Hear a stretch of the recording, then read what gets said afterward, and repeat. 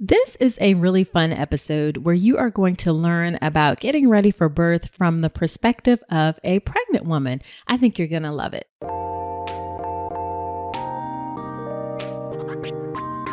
Welcome to the All About Pregnancy and Birth podcast. I'm your host, Dr. Nicole Calloway Rankins, a board-certified OBGYN physician, certified integrative health coach, and creator of the Birth Preparation Course, an online childbirth education class that will leave you feeling knowledgeable, prepared, confident, and empowered going into your birth.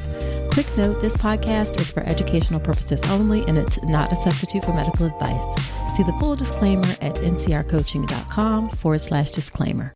Hello, welcome to another episode of the podcast. This is episode number 55. I so appreciate you taking a little time and spending it with me today. All right, so today's episode of the podcast is a fun one, also a first. It is the first time I'm having a pregnant woman on the show. And my guest today is Amber Manning. Amber is a 26-year-old first-time mom. She's also an occupational therapist. She's from a tiny town in East Texas called Henderson, and she recently relocated to Dallas. Her husband is a civil engineer, and they enjoy spending time with family, going to the lake, and crafting. They recently got married, and they are so excited about becoming parents. Now, I found Amber from one of her YouTube videos where she was talking about what she was doing in order to get ready for her birth.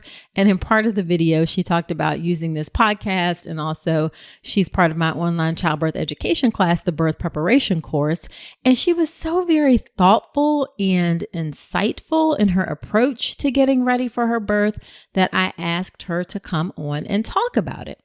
Now, I know that, of course, I give you my knowledge and expertise as an OBGYN in this podcast, but I think there's something to hearing from someone who's similar to you, who is pregnant, who is having her first baby. So I think that you're going to find what she has to say as a first-time mom getting ready for her birth. You'll find it really useful and also pretty relatable. So I'm super excited about this episode. Now, before we get into the episode, let me give a listener shout out. This is to, I'm just going to spell it or say the numbers and letters. How about that? MICH 76589. And the title of the review is Wish I Knew About This Podcast Sooner. And the review says, at 24 weeks pregnant, this has been such a helpful and easy to understand podcast. I wish I listened sooner. Well, thank you for that kind review. You gotta love a review that gets right to the point. Now, you know, I love reviews from folks. I love hearing what you think about the podcast. And I also love giving shout outs on the show. So if you have a minute, then head on over to Apple Podcast and leave me a review so I can check it out, hear what you think. I so love to hear from you all and appreciate you taking the time when you leave reviews. Also, quick reminder, don't forget to check out my free online class on how to make a birth plan that works to help you have the birth that you want. Women really love this class. It's a 1-hour class. It's online. It's on demand, so you can schedule it for a time that works best for you. In this class, you learn 2 of the most influential factors in your birth. You got to understand these 2 and how they impact your birth. You'll get questions to ask before you write a single word of your birth plan, tips on how to get your doctors and nurses to pay attention, and so much more in this free class. So go ahead and check it out. It's ncrcoaching.com/register, and we'll link to that in the show notes. All right, so let's get into the episode with Amber Manning. All right. Well, thank you so much, Amber, for agreeing to be on the podcast. I am super excited to have you here. You are the very first pregnant woman who's on the podcast, which is crazy because this is a podcast about pregnancy. Yes, I didn't realize that until you sent me the email, and I was thinking, oh my gosh, I guess I've listened to all of your episodes and I didn't realize that literally no one's been pregnant. I mean, everyone's probably had kids, but not in the middle of it. So that's awesome. This is exciting. So why don't you start off by telling us a bit about yourself? Absolutely. So my name is Amber. I am 26 years old. I'm from a small town in East Texas. And since I graduated, I kind of moved around. I did my undergrad in Tyler, Texas, and then I moved across to San Antonio, Texas for grad school. My husband and I met there, and his job took us to Corpus Christi, and we lived there for a little while. And about 2 weeks ago, we relocated to Dallas. So now we're in Dallas, Texas, and so we've kind of been all over the place. My husband is a civil engineer, so that's how we were able to transfer over here for his job. And then I'm an occupational therapist. I currently work home health, so I go into people's homes and help them get back to doing their daily tasks more independently. A lot of people have heard of physical therapy, but they've never really heard of occupational therapy before. So we get confused a little bit, which is understandable, but we do work closely together. And so our main job as occupational therapists is to help, at least with the geriatric population, what I work with, is to work with getting individuals back to doing things after a stroke or a heart attack or a hip replacement or whatever, any diagnosis we can see those patients. So it's a really rewarding career. And so now we get to bring a baby into the mix. And that's actually why we moved to Dallas, was to get a little bit closer to family, because in Corpus, we were about 6 hours from everyone that we knew. And so I thought, no, I need to be close to my mom. Right, so, right. I so hear we you. moved and here we are. All righty. So, yeah, a lot of people do get occupational and physical therapy mixed up, but yeah, you guys help a lot more with like activities of daily living, right? Yes, Like being able to absolutely. brush your teeth and dress yourself and Yes, take a shower yeah, and wipe your yeah, bottom after you go to the restroom. All the important stuff. Yes. yeah, exactly.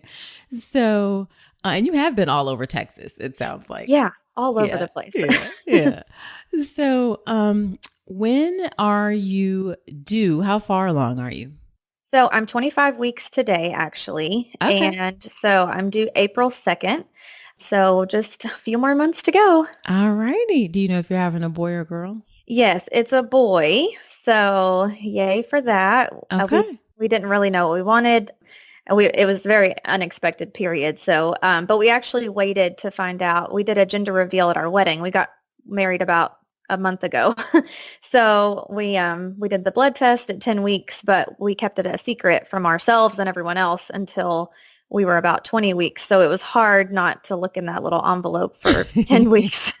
So you have a lot going on. Yeah. Moving, a baby, you got married, and you did the gender reveal at the wedding, like at the I reception? thought, yeah, why not? We have a photographer. All of our family and Right. friends are going to be there. Why not take advantage of this? So Nice. it was kind of fun. My husband's family's from Kentucky, so we don't get to see them very often, and we knew they wouldn't really be super involved if we had a baby shower or whatever. So I said, well, let's just wait and involve everyone that we can. And so that's how we kind of decided to do it then. And of course, like I said, we had a photographer that was already going to be there. And so Right. we did the confetti cannon popper things. Like as soon as we got married, we were trying to rush because it's a fall wedding. So the sun sets at like 2 o'clock in the afternoon, it seems like.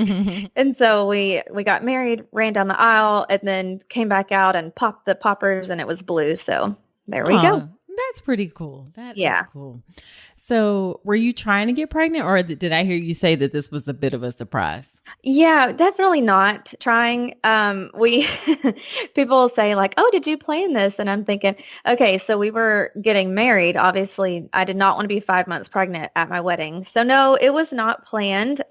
It was a huge surprise, and I'm a planner type A personality, so it was a big shock to both of us. We found out on July 28th. It was a Sunday morning, and we were getting ready for church, ironically. And my husband, I said, I think you need to go to CVS and get some pregnancy tests. And he's like, why? And I said, well, I took a test, but it's the one with the lines on it. And I threw the box away, and I don't know which lines mean what. And he's like, Amber, you could have gotten the one that said yes or no. And I was like, well, I Right. didn't, so fix it. So I took 7 pregnancy tests. Oh, Amber. Well, you never know. And I wanted to be sure. It was a big deal. And so we took a couple that morning they were both positive, of course. And then he goes, Right. well, what do you want to do? And I said, well, let's go to church. And he's like, all right. So we did, and we did that. And then, my aunt, my cousin, and one of my other cousins were coming to visit on Monday. And so we knew we were pregnant. We hadn't told a soul. And so we were hosting family the next day and trying to keep that a secret. And so it was crazy, but we found out pretty early. We were actually only about 5 weeks pregnant when we found out. And Okay. so we waited to tell most people until we were about 12 weeks after the first trimester was kind of in the clear. It was the same day as our Stock the Bar shower for our wedding. So there was obviously going to be drinking and things like that. And so I figured everyone would be wondering if I didn't have a glass of wine in my hand. So we went ahead and announced it that day of the shower. So it was, yeah, a lot going on, but it was definitely a Gotcha. huge surprise. Yeah, yeah. And as honestly, studies show that at least half of pregnancies are unplanned. So, I believe that's that. not, yeah, that is not uncommon. And it's funny about the pregnancy test for our second daughter. I told my husband, I was like, my period is late, and he was like, genius, go take a pregnancy test. Like, you're an Hey, OBGYN. Like, you doctor. should, yes. Like, I was like, oh, yes. Yeah, good idea.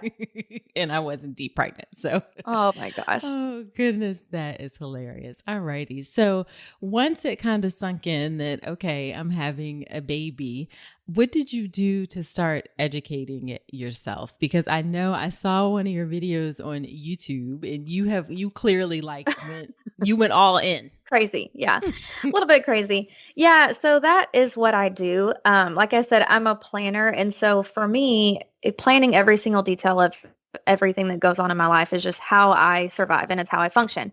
So whenever you just said whenever it sunk in that you were pregnant, it actually didn't sink in until, I mean, we had a sonogram, we got to see it on the monitor, we did all of that. And it still wasn't like, oh, I'm pregnant. Even we heard the heartbeat for the first time, and that was a little bit of like, okay, there's something in there. But I mean, it didn't sink in for a while, I would say. But obviously I knew I was pregnant. So I was like, okay, my mind might not know what's going on, but I know that what I need to do is start planning. So I thought that's my comfort zone. That's what I'm good at. So let me just Right. go ahead and start.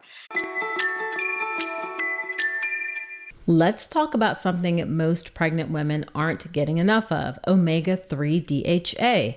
The recommendation is over 200 milligrams a day, but less than 5% of pregnant women in the US meet that. That's one of the reasons I love Ritual's Essential Prenatal. It has 350 milligrams of vegan DHA plus other key nutrients like methylated folate and choline to support baby's neural tube development. As an OBGYN, I appreciate that Ritual goes beyond the basics. The formula is science-backed, third-party tested for heavy metals and microbes, and every ingredient is traceable. And the delayed release design, it's gentle on the stomach, something that really matters, especially if there's trouble with nausea during pregnancy. You deserve to know exactly what you're putting into your body, especially when it comes to prenatal multivitamins. And with Ritual's dedication to traceable science and sourcing, you always will. See for yourself with 25% off your first month at ritual.com/Dr. Nicole. Start Ritual or add Essential Prenatal to your subscription today. That's ritual.com/Dr. Nicole for 25% off your first month. So the next day, actually, no, maybe the day that we found out, I told my husband, I said, okay, go on Amazon and order me What to Expect When You're Expecting. I just know that. I've heard it from a billion people. There's a movie about it. Just get that book. We'll start there. So that's what I did. And that's kind of what helped me, I guess I would say, cope with the news. It took me a little while for it to sink in. And so I just got that book and started reading. And then I told a couple of close people that were close to me, and one of my friends was actually pregnant at the time, and so she started sending me a ton of information, and she said, one of the things you can do is start listening to podcasts because I drive a lot for work. And I said, well, that's a good idea. So I just, got on Spotify, actually is what I use. And so I got on Spotify and just put in pregnancy podcasts. And I think yours was the first one that popped up. So I was like, all right, sounds good. So started listening to you, just episode 1, and kept on going. And so that's kind of what started it. And then since then, from listening to your podcast and you having guests on, and of course, social media is a huge platform for stuff. It's a little overwhelming when you first find out and you weren't planning it and you're like, okay, I have T minus 9 months to get this together and to learn as much as I can. It's funny because all my friends that know me now that like watch my Instagram stories and my YouTube videos and things like that, they're like, Amber, it's so crazy because, to be an occupational therapist, we had to study for years and years, go to school, and then take a board exam that you have to study for months. And they said, I think you're studying more for this than you studied for your entire career. And I said, well, yeah, I think so. I think that's a good thing. So yeah, so that's what started it, and we've been going ever since. Yeah. So what resources have you, and we'll talk about how you also joined my course as well, but what resources have you used? What books and things have you found helpful? Yeah, of course. So some books that I read, of course, the What to Expect When You're Expecting. This is kind of the pregnancy Bible, I've heard people call it, and I agree with that. It has everything you need to know, but a little tidbit of information about that book. Sometimes it can be a little overwhelming because it has everything you could possibly go through, but you have to skip over some stuff because there's just a lot of information. I mean, you get that book in the mail and it's like, holy moly, this is huge. So it was a little overwhelming for me. So I just took it 1 month at a time. The thing I liked about that book is it has parts in there for dads only. And so it's kind of cool because it'll have a whole section about hormones and how to, help support your wife or your partner whenever you're going through that. And so I would tab little sections in blue, and whenever he'd get home from work, I'd say, hey, I want you to read these sections. It's about A, B, or C. And so I liked that book because it had that part in it. And then the other book that I focused on is Ina May's Guide to Childbirth. That one was very inspiring for me. It got me in the right mindset, especially because I decided I wanted to do an intervention-free birth, and she's known for that, of course. So it was really cool to just hear birth story after birth story about positive things. So those are the 2 books that I mainly focused on. I had these great intentions of reading like 5 or 6 books, but just with everything that's going on, it just, hasn't been feasible. So I have probably 4 other books I was going to read, but just haven't got there yet. So we'll see. If I get to them, I get to them. If I don't, I don't. For podcast, of course, yours, I've listened to every single episode. A few of them I've listened to 2 or 3 times because I was like, let me go back and listen to that again. Or I'll be listening to one and then I'll think, oh, my husband definitely needs to listen to this. So then I'll save it and he can listen to it with me later. Also, another one that I started listening to was Evidence-Based Birth. And I learned about that also from your podcast. Yeah. And I've been on her podcast and she's been on my podcast. Yes. And I listened to the episode that you were on hers and vice versa. So that one is a really good one. It was just a little bit overwhelming. I'm a very big research person. If you say, according to research, I'm like, yes, what is it? Please tell me. So that was really cool for me because it is all about numbers and it's not someone's opinion. It's just flat out, here's the truth and you can take what you want to do with that. So those 2, and then there's a hypnobirthing podcast that has a few episodes on it. So I had heard about that. It's weird. It only has like 4 episodes, I think, but it's just kind of an introduction to hypnobirthing and sort of what to expect. And so, which got me wanting to know more, which I think is the point of it. So just like I said, just a small one that I listened to there. Some Instagram pages that I follow. I think it's really cool because a lot of these pages they're based off of specific information. So the Spinning Babies has one. There's a lady that does one, and it's called Be My Breast Friend, and it's all about breastfeeding. Okay. So of course I'll send all these to you, and Yeah. I'm quoting you now, but we'll put the link in the show notes. You got it. Oh, you can tell I'm a big fan. So anyways, so there's that one. There's actually a pelvic floor physical therapist that I found. She's based out of New Orleans, and her Instagram is called The Vagina Whisperer. And I love it. It's so just raw and real. And it talks about, crazy just things that happen when you're pregnant and postpartum and things. And she's a physical therapist. So it's just really, really great. Her information's great. There's tons and tons of these, but there's another one called Bump to Baby Academy. And I won a free 8-hour hypnobirthing course from that one. I just had to, tag this and follow this and whatever. Right. So that was really cool. So, Instagram can be a really good platform because you can win free stuff and you can get, free diapers and things like that. So I will send you all of these and you can just, link those. I don't want to bore people with that, but perfect. Those have been really, really helpful because they do videos and posts and pictures and things like that. And then there are some classes that I want to take. We haven't actually taken any classes yet because with the move, I told my husband, I said, well, I don't really want to get too attached to a hospital or to a class or to anything in Corpus because we're going to be, moving in a little while. So we're going to take a baby basics class, just how to change diapers, how to swaddle. For first-time parents, I think this is just a good thing, especially, I have nieces and nephews, so I don't think it will be, super, super helpful for me, but I think everyone can learn something from anything. But I think it'll be more helpful for my husband. And then I want to take a breastfeeding class. I plan on breastfeeding. And so I think that will be good to kind of just have an introduction before we get started. And then if there's a hypnobirthing class, after I finish the 8-hour course online, if I still feel like I want to do something in person with my husband or something, then we may do that. But those are the two main classes. Okay. So, and then of course your birth preparation course has just been kind of my overall go-to kind of everything that you need to know in one big place. Gotcha. And how did you come to choose the course?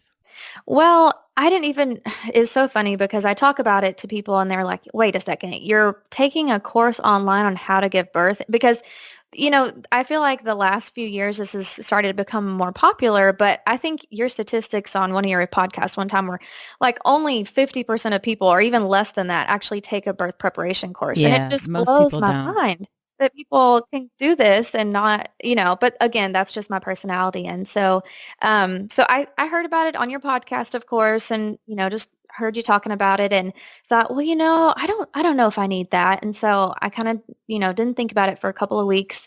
And then the more and more I thought about it, I was like, actually, I definitely think that I need this just because it's, you don't want to invest a lot of money in something and then you open it up and it's not useful information. And you're like, well, dang it, I just spent however much money and it's not worth it or whatever. And so I think the more that I listened to your podcast, the more I got a feeling for, it's non-biased, it's straightforward, it's A, B, and C. Then I was able to say, you know what, that's definitely what I want to do. So that's how we chose it. Well, thank you. Thank you. I am super excited that you did, of course.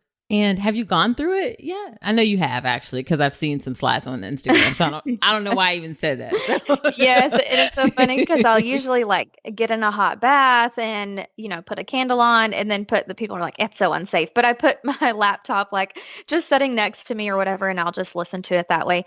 So yes, I actually just finished last week. My husband and I were going through it together because that's one of the things that you suggest, and I think that was really, really helpful for both of us because when we were planning the wedding, we had trips to and from, because we actually got married in East Texas, which is 6 hours from Corpus. So we were making those drives back and forth for appointments and, all this stuff. So every time we would get on the road, he would go, okay, you want to do some modules? He was really excited about it. And so I was like, yeah, let's do it. So we would listen to a couple until I could tell his brain was going to explode, and then we would stop. So it was really cool because we just started at the very beginning. We went through, we sat down. I think that module 1 is really, really important because, it touches on on talking about your fears and your anxieties and what, what do you think and what does he think, and getting on the same page, which is really helpful to talk about out loud because it's so funny. I tell this story all the time. We were sitting down, and I think one of the first modules is like, what are you most scared about? Or what are you most nervous about? And that's important to talk about. So I wrote down my answer and he wrote down his, and then we were sharing our answers. And I said, let me hear your answer. And so he goes, okay, so my fear is that you're going to die and I'm going to be stuck with the baby and I'm not going to know what to do. And I'm like, Oh, whoa, whoa, wow. whoa, that is Wow. detailed. Like, Dang, bro. He like yeah, went there. he Like, went way past. yes. And I was like, okay, because my list was like something going wrong during birth, very basic. Like, Right. and he's like, oh no, I mean, we're supposed to be honest, and I'm trying to be honest with you. And I was like, Right. okay, no, I appreciate it. So it was really, I mean, of course, it was kind of funny for us, but then we were able to talk about, what if that happens, or what if there's a decision that needs to be made, and what are my wishes and what are your wishes, and so we got on the same page about a lot of things because of that conversation. And I don't think we would have had that conversation if it wasn't for this class. So it's been very helpful from the very beginning. And of course, just going through it, it's just so easy to understand. It's not too much. And since I have a little bit of a medical background, I can kind of pause things and explain it to him, or I've listened to the information on a different podcast or whatever, so I can kind of break it down for him. And so a lot of times we'll listen to a module and then we'll get finished and I'll say, okay, did you understand everything? Or is there anything that you don't get? Or let's just go over this, just so he gets it. Because I want him to really understand what's going on in case anything happens in the delivery room, so that he knows and he can help advocate for me. Yeah, absolutely. Well, gosh, I really appreciate you saying all those lovely things. That's exactly what I, hope for when I make the course. And then I did, one of the things that I was intentional about is that people can listen to it. They don't always, you don't have to sit and stare and watch the videos. You can either watch it or listen and still get the majority, or still get all the information, really. Yeah. So I'm really glad that you found it helpful. Definitely. Well, as much as I appreciate, you talking about the course, I also want to hear about a little bit more about your pregnancy and your prenatal care. And we, talk about, you recently said that you shared that you're having some issues going on. So why don't we talk a little bit about that? Yeah, absolutely. Yeah, so what is your prenatal care been like? And actually, I'm curious because you've been doing all this moving. How has that been working? It has been crazy, to say the least. So we started out in Corpus, and we, of course, went straight to the doctor and got an appointment there with a physician. As a first-time mom, I didn't realize midwives were an option. And so, I started doing this research and stuff. But I just knew our insurance was going to be switching over. I mean, I'm on my current insurance with my job. And then in a couple of months, we'll be quitting and I'll be moving and I'll be on my husband's insurance and blah, blah, blah. So it's funny because the very first doctor that I saw whenever I went in Corpus, I was like, nope. That's not going to work for me, because I had listened to your podcast about things that are necessary for your doctor to be for you, Mm-hmm. And so I told my husband, I said, I think I'm going to have to find a new doctor. And he said, are you sure you want to go through all of that? And I said, yeah, this is kind of important, So I actually switched doctors after I saw her and went to a different doctor within the same practice. And just like a little bit of information about what happened that made me want to switch doctors. She just, from the moment that I walked in. So like I said, we found out on Sunday. I had to wait a couple of weeks to get into the doctor. And then when I finally did get in, it was one day when my husband was going to be out of town. And so we hadn't told anyone. We were going through this by ourselves. So my first appointment ever was by myself. So it was very stressful and overwhelming as is. And so she walks in the room and she's talking 100 miles an hour. And she's just, okay, avoid this and don't do this and make sure you're doing this. And are you taking these? And are you doing this? And I'm going to see you this many times up until this. And I was like, whoa, what is happening?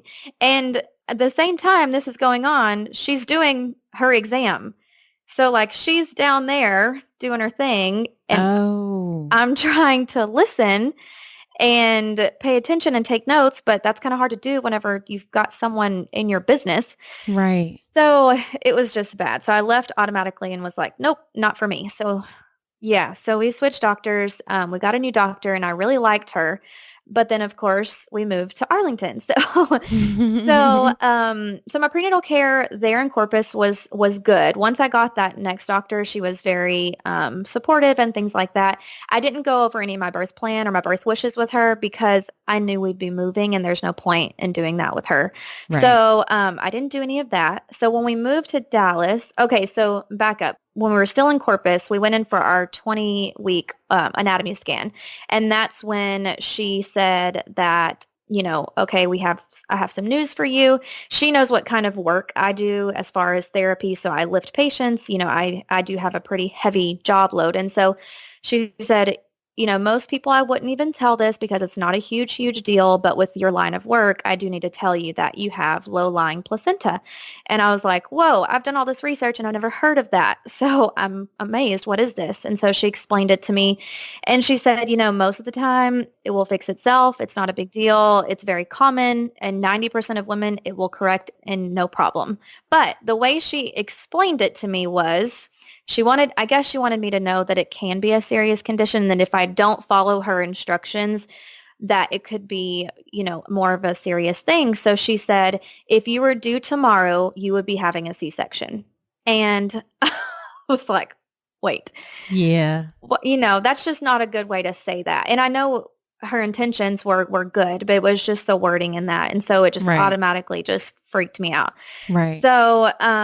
So that being said, she put me on pelvic rest. And so I was, no lifting over X amount of weight and, no intercourse, nothing like that. And she said, also, I know you're getting married soon, but you also can't have intercourse with your partner until the next time we check your placenta. And I was like, oh my gosh, just perfect timing for everything. Yeah. So that kind of was just, and my husband was like, Amber, you and the baby are the most important thing. Just take care of yourself. It's fine. Like, it's going to be great. He's just been the most amazing through this. But it was just kind of like, you know what? It was just very frustrating and very disheartening to hear that.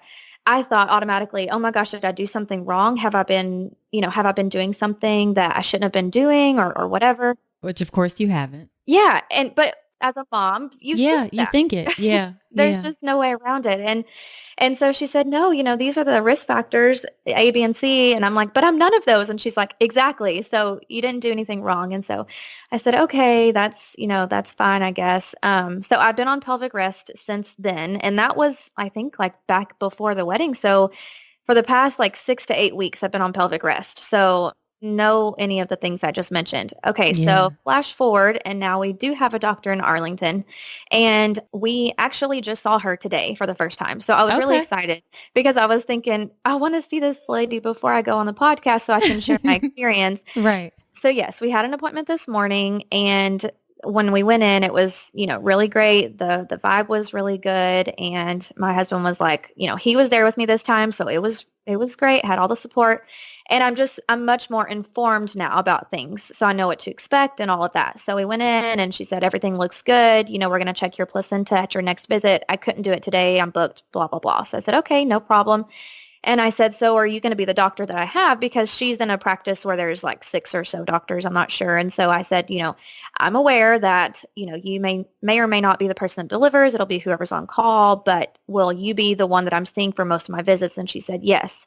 And I said, okay. So that being said, I just wanted to be very straightforward with you and just let you know that I do have birth wishes that I would like to share with you. And she's like, yeah, absolutely. We can go over those next visit, bring those in. We can talk about it. And I said, okay, how do you feel about intervention-free birth or non-medicated? And she said, it's completely up to you. It's your decision. And I kind of felt the vibe change just a tad bit, but I don't know if that's just because I was expecting it to, Okay. And so I was like, okay, well, so let me just ask you a few things and make sure that we're kind of seeing eye to eye. Because in my head, I was thinking, if I already don't think it's going to go well, this is still early and I can switch to one of the other doctors in the practice because Right. they all have amazing reviews. That's why we chose this place to come to. So I know that they have good supportive doctors, but I just wanted to make sure that she, was on the same page. And so I said, do you practice delayed cord clamping? And she said, yes, we typically do as long as everything is good with the baby. And I said, okay, that's very important to me. It's a necessity. And then I said, do y'all require me to be hooked up to an IV? Because that's not what I want and I guess I preface this by saying, I understand that, if something goes wrong with my baby or with me, then obviously these things can change. And so she said, well, it's hospital policy. And I just kind of rolled my eyes and my husband was like probably thinking in his head, oh Lord, here we go. And so I said, okay, well, I just, I know that if I'm hydrating myself and blah, blah, blah, that I can be just hooked to a HEP lock or a saline lock. And she said, well, yes, and that's negotiable. It's typically something that we usually do, but if that's a complete no-no for you, then we can talk about it. And I was like, okay, that's perfect. I mean, it's not a set in stone thing today. Right. But she may or may not even be the person that delivers. So I just, there was a couple of things that I just wanted to really check in on and make sure that she and I saw eye to eye. And I think, like I said at the beginning, she had a weird, like, oh, here we go. We've got another woman with a birth plan and she wants it to go perfect. And I expected that. But then at the end, she kind of started saying, well, it's just important that you remain open-minded. And I said, oh, I'm so sorry. I forgot to say this. Like, I'm completely okay if something needs to change and we need to make I'm flexible is what I'm saying. Right. I'm going in with a mindset of this is what I want. And if it doesn't go that way, it's fine. I'm not going to be disappointed. I'm not going to be upset. I just want to do it as closely to what I have pictured in my head as possible. And then she immediately was like, oh, absolutely. No, as long as you know that things can change in an instant, we're going to be good. So I was like, okay, I think we're going to be okay. Yeah. This is great to hear like your experience with it in the moment and how things go and how to like, you're paying attention to the cues and the things that you get, those nonverbal cues and you're just really advocating for yourself and the things that you want for your birth. So I just think it's really great to hear and share for you to share your story. And it's also helpful for me to hear on the other side of what it's like for a woman as a patient. Like the first part about like telling you all this stuff while she's doing a pap smear and like, we shouldn't do that. Yeah, one thing at a time, please. Yes. And I think that part of that is just the rush of, maybe she means well, but on our side, I can say that sometimes, you have like not enough time, 10 minutes, Absolutely. 15 minutes, and you're trying to struggle and get through. But and documentation and everything. And documentation and all those things. But something has to give and we have to do something different because really it is about the person in front of us. So, well, I'm glad that you felt better and like were able to establish that connection. And I think you hit the nail on the head, that flexibility piece and saying that helps a lot. Yeah, immediately. I mean, it was just crazy. And my husband asked whenever we left, he goes, okay, did she pass? Because I think he was scared that I was going to be like, nope, not her, and he's like, Lord, help us. And so I said, no, I think we're good. But I'm glad that I had to wait this long to find my doctor. I mean, I believe in everything happens for a reason. And so I'm far enough along now to where I'm more educated. I've finished your birth course. I've listened to as many podcasts as I think I could possibly listen to. So I think now I'm just much more educated about it. And in my career, I deal with patients as well. And so, like you said, it's nice seeing it from the other side because I always try to advocate for my patients. And if they need therapy and you have the insurances and all that stuff, that's just like a headache. And so I was really trying to focus, on, okay, advocate for yourself, Amber, like you do for your patients. You deserve the same care that they get. And so that was my main thing. But, that being said, I've tried to be a little bit more lax and not so controlling about every single detail because like you and everyone else have said, that doctor may not be the delivery doctor. And so you could have all these conversations and in-depth heart-to-hearts with this lady, and then come down to it, it's actually not her that walks in the room, and you're like, well, crap, we talked about all this stuff, and you're someone that I've never seen before. You don't know anything about what I want. And so I think it's just important to, set yourself up for success, of course, but then also know that, that's why I want my husband to be involved in everything. And he's very supportive, and he wants to know what every little medical term that I use, he wants to know what it means, because he'll be the advocate for me whenever I'm going in, I'm in contractions and I can't speak and I can't advocate for myself. He'll be that spokesperson for me. So he knows, and he's like, we're going to have to go over this a couple more times, Amber. I'm like, it's fine. But he's very about, okay, what is Pitocin again? And why don't we want it again? And explain it to me. So that way, whenever someone walks in, he'll have my back. And it's not just me having to say all of these things. Right, right. And it obviously doesn't sound like that you can't go through a whole OBGYN residency or become a midwife in the course of your pregnancy. So it's not like you're trying to replace the knowledge or expertise of the care providers or the nurses or anything like that. You're just saying that you are trying to educate yourself about these basic sort of things. Right. That's exactly it. And I told her at the end, I said, I understand that you're the professional and I'm going to need help. This is my first child. I'm aware that people want certain things and then they get in there and their body just won't dilate and they have to have an epidural, and that's what solves the problem. So I understand that things are going to happen like that. And so once I said that piece of information, I could just tell. So in my head, I really should have started with that piece. But it was just so like, I didn't even know if I was going to have that conversation with her today. And so it just kind of happened. And I thought, well, might as well get it over with real quick. And so, but she said, bring in your birth plan next time you come and we'll talk about it, and we'll go over it and check off everything. And she said, if there's anything that you specifically want, we can make sure that you get that as long as everything goes well. So I think it was a good conversation to have with her, but I think it is a very important conversation to have, even if that person does not deliver, because then at least you have gone through the process of advocating for yourself once, because it can be a little overwhelming. Sure. Whenever you have a doctor in front of you. And I mean, even though I'm in healthcare and I work with patients every single day, it's just different when you have someone that's sort of in charge of your care. And so when someone says, oh, well, you can't do that, it's like, well, it's my body. Shouldn't I have the right?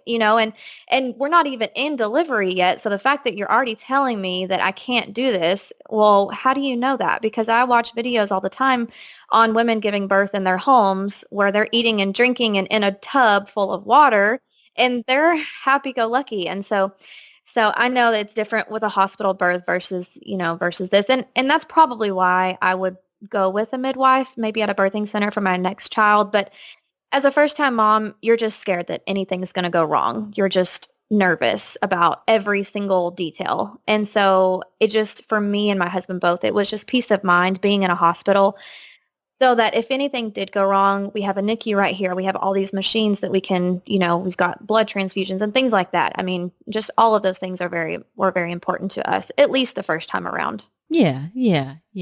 So I just love how you're diving right in, you're getting all the information, educating yourself. I think this process works best when women educate themselves, and then we as providers are open to having these discussions about things. And it's really a team effort with you at the center of the team or the experience. And we're like supporting you, but you're also supporting yourself, which is very important.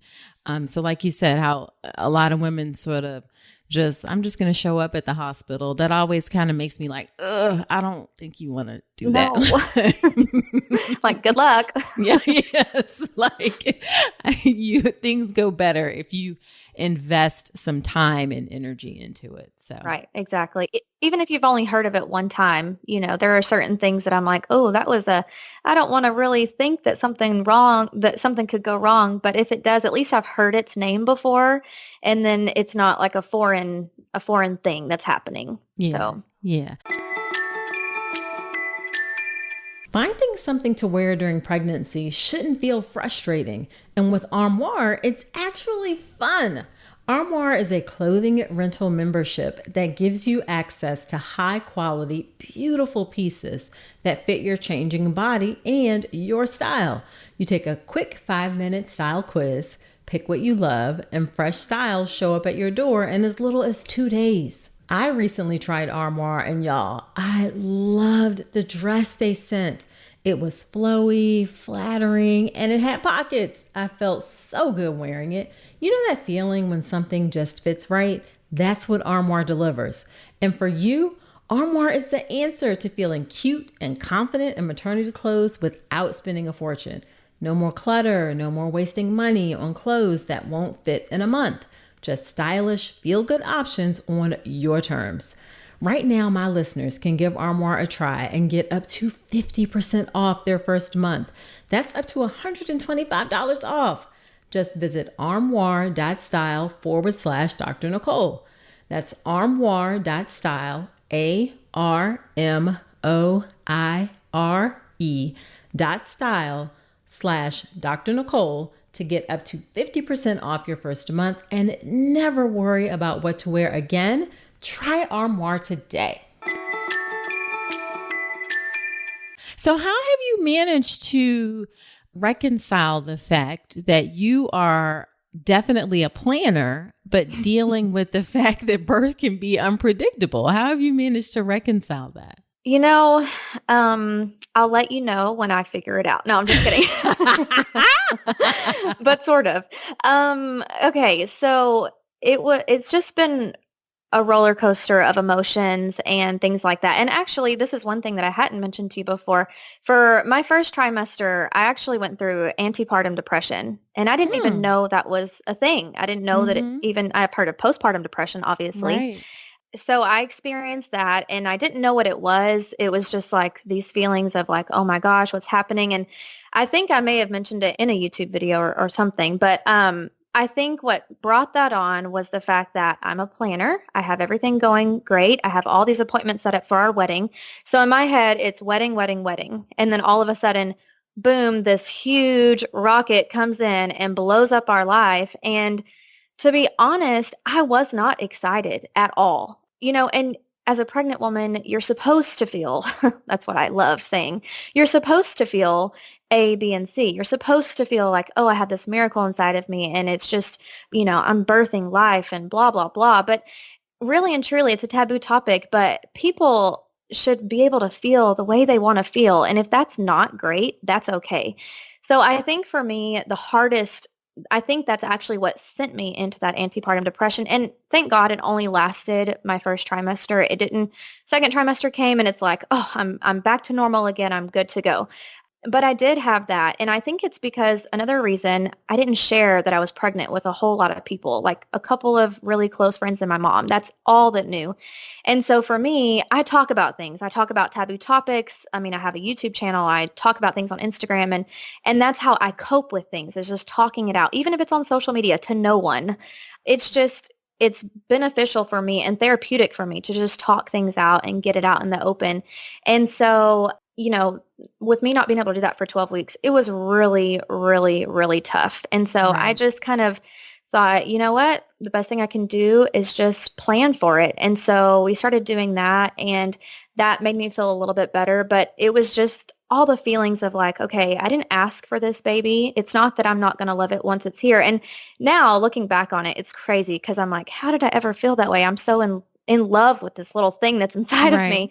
But in the moment, you don't feel that way, and that's okay. And I don't think that enough people talk about that, because really and truly, you have every right to feel however you want. I mean, I had all these hormones surging and I would just cry for no reason. And my husband was like, what do you need me to do? And he would find me in the shower just crying. And I'm like, I don't know. I can't explain it. And the fact that I couldn't control my emotions, and I couldn't control the situation, and I couldn't control the future, all of that just beat me down. And it was it was life changing.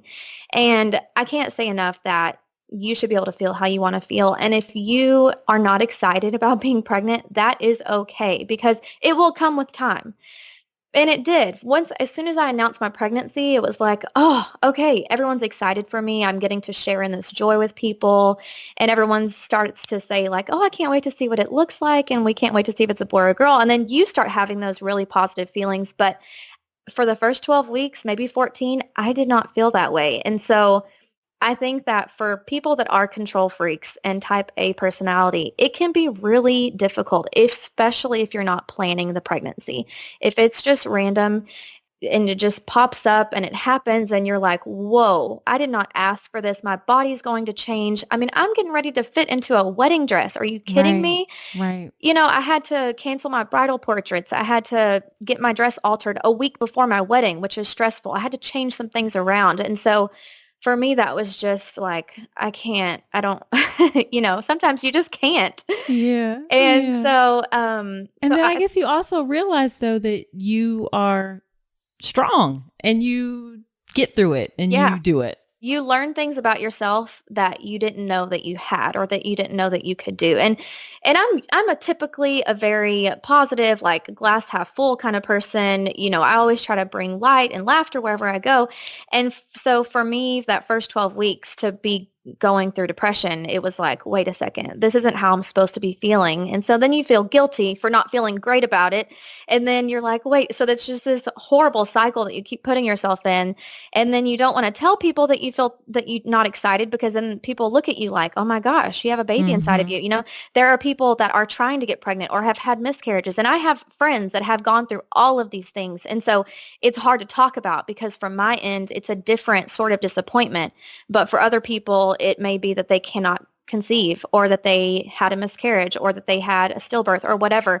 But I think that we should all be able to voice our opinions and talk about how we feel, no matter how that is and no matter how it may sound to other people. Because until you're in that situation, you're not going to know how you're going to feel. I mean, even, 2 years ago thinking, okay, whenever I'm 30, I'm 26 now, when I'm 30 and start having kids, I'm going to do it like this. And then you get in the middle of it and you're like, no, that's not how it's going to go. And not because I don't want it to, but just because my body or my mind or my heart is not telling me that. And so I'm just trying to listen to myself and be in tune with my body and just, make sure that it doesn't affect just try not to let it affect hardly anything, but really and truly it changes everything. And that's okay.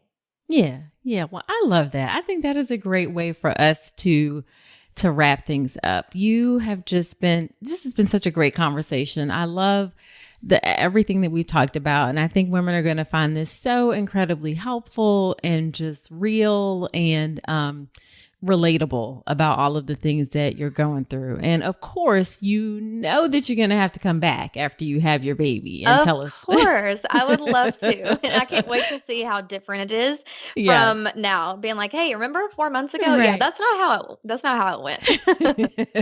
You will absolutely have to come back. And I like to ask everyone if you had to choose, and maybe you've already said it, but if you had to choose the one most important piece of advice to give other women as they get ready for their birth and during their pregnancy, what would that advice be? If I could say it in 2 words, it would be do you. And don't explain yourself to people unless you Mm, want to. yes. I mean, when you're pregnant, you should get all the passes. You are literally building a life on a daily basis. I mean, someone starts to talk to you and say, "Hey, look, I built 10 fingers today. Please hush." And so that's okay. You have every right to feel however you want to feel, whether that's happy, sad, unsure.